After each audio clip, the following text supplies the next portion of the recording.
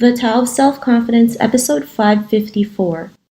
Welcome to the Tao of Self-Confidence, where I share stories of amazing women who have discovered their inner journey to self-confidence.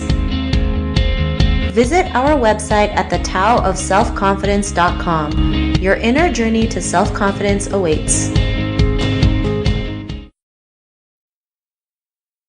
Well, hello friend, welcome to the Tao of Self-Confidence, where I share stories of amazing women who have discovered their inner journey to self-confidence. I'm your host today, Sheena Yap Chan, and today I have a phenomenal lady on the show today. She is the founder of 2 startups in the education industry, and I'm really excited to have her on and share her story with us today on self-confidence. So without further ado, I'm going to introduce you to Rukshana Hassanali. Rukshana, how are you today? Maybe you can fill in a little bit more by yourself to our listeners. Yeah, absolutely. Thank you so much for having me. I'm super excited to talk about my journey and how I've started off in the marketing world and how that led me to be the founder of 2 education startups and what we're working to do in the high schools and education system. Awesome. Well, thanks for sharing that. And what's your cultural background? My parents are both Indian. My dad's side of the family is actually Indian African. So they were in Uganda, in East Africa, for about the last 4 generations. Thanks for sharing that. And Rukshana, what'd be your favorite self-confidence quote? I'd have to say my favorite quote is, I'm paraphrasing now, but it goes something like, whether you believe you can or you can't, you're right. I think there's a lot of power in what you tell yourself, what you believe you can achieve, and what you actually end up doing. Thanks for sharing that great quote. And in your own words, how do you define self-confidence?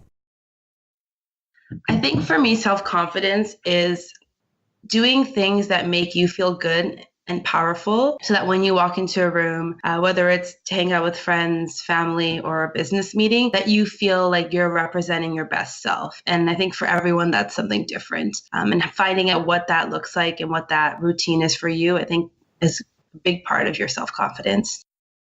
Thanks for sharing that great definition. And Rukshana, what was your life like before your discovery of self-confidence?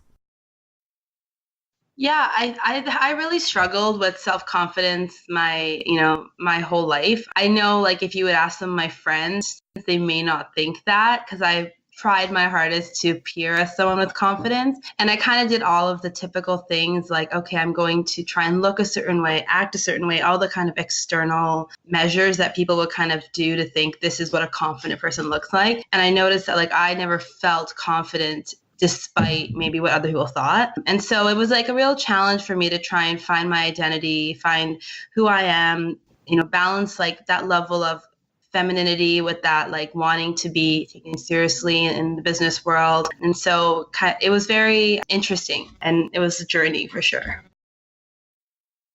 Thanks for sharing that. And I think, when we first see what confidence is supposed to look like, we think that we have to be one certain way, not realizing like confidence, can be different ways, right? There's different ways of building confidence, different ways of being confident. Being yourself is the ultimate thing, right? Because, you don't have to be loud or boisterous or feel like you have to shout at the top of your lungs. You can be, still an introvert or quiet and still have that confidence. And what was that point in your life when you realized, you could be, your true self, be that person that you are today? What was that aha moment?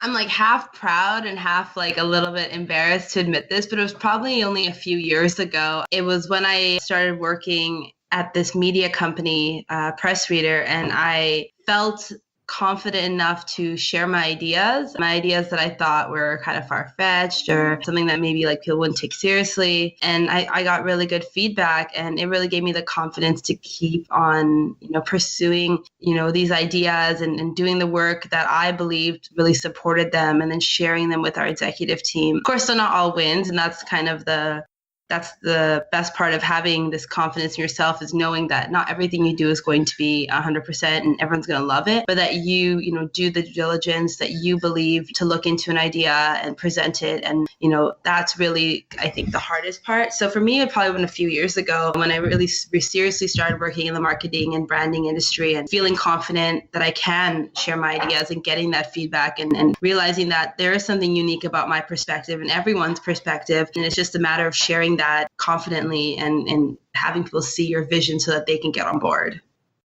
Thanks for sharing that. And I think, we're all always scared to share our ideas, right? We're afraid people might think they suck, or, we don't know what we're talking about. And it's just like this feeling like we're not enough to go out there and share what we think might work, might not work. We won't know unless we do it, right? And like you mentioned, not all of them are wins, but it's just the fact that you were able to share something out there is what really, helps you become more confident, right?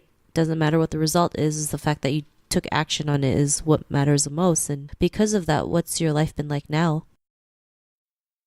It's good. I think that I kind of see life, and I don't know why I see it this way, but I see it in this kind of like, there's like almost like gates that you open every time you achieve a milestone. And I feel like with being more confident in sharing my views and getting that feedback, and sometimes not, but feeling confident enough to do it, has kind of opened the doors into like what the next level of that looks like, whether it's talking to VCs and, sharing our business vision and our dreams, or even something as simple as, having courageous conversations with friends and family members about how, your expectations for them in your life and things like that have just really changed so much. Me feeling like I have something of value to share and feeling like I have the right to share it and that I have the right to exist sounds kind of fundamental and something that you wouldn't think maybe we'd all have to struggle with. But, I think there's a big issue, especially being a woman of color, a woman minority in a heavily male-dominated industry, or just with lots of strong personalities even. It's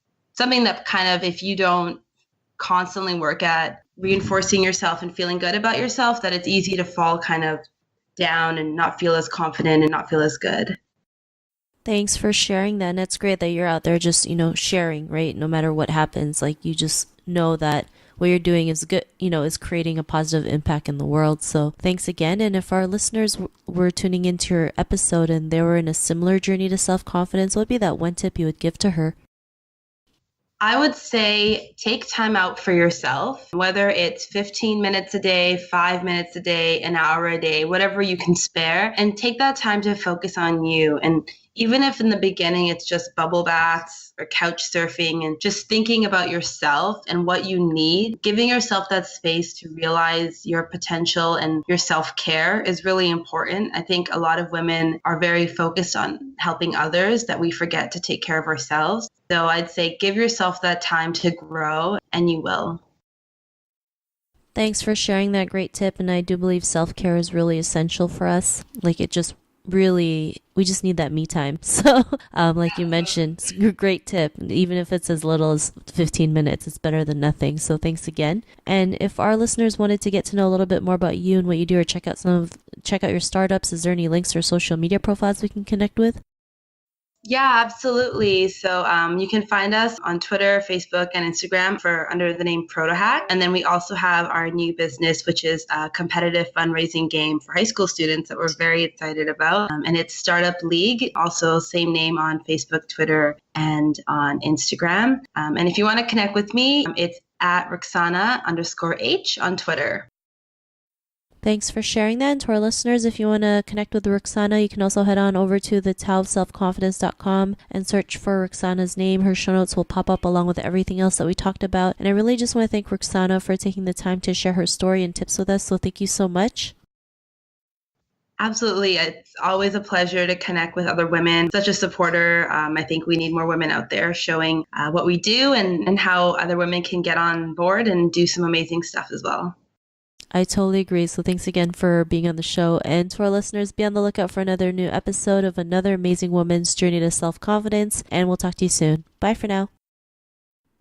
Thank you for tuning in to another amazing episode of The Tao of Self-Confidence.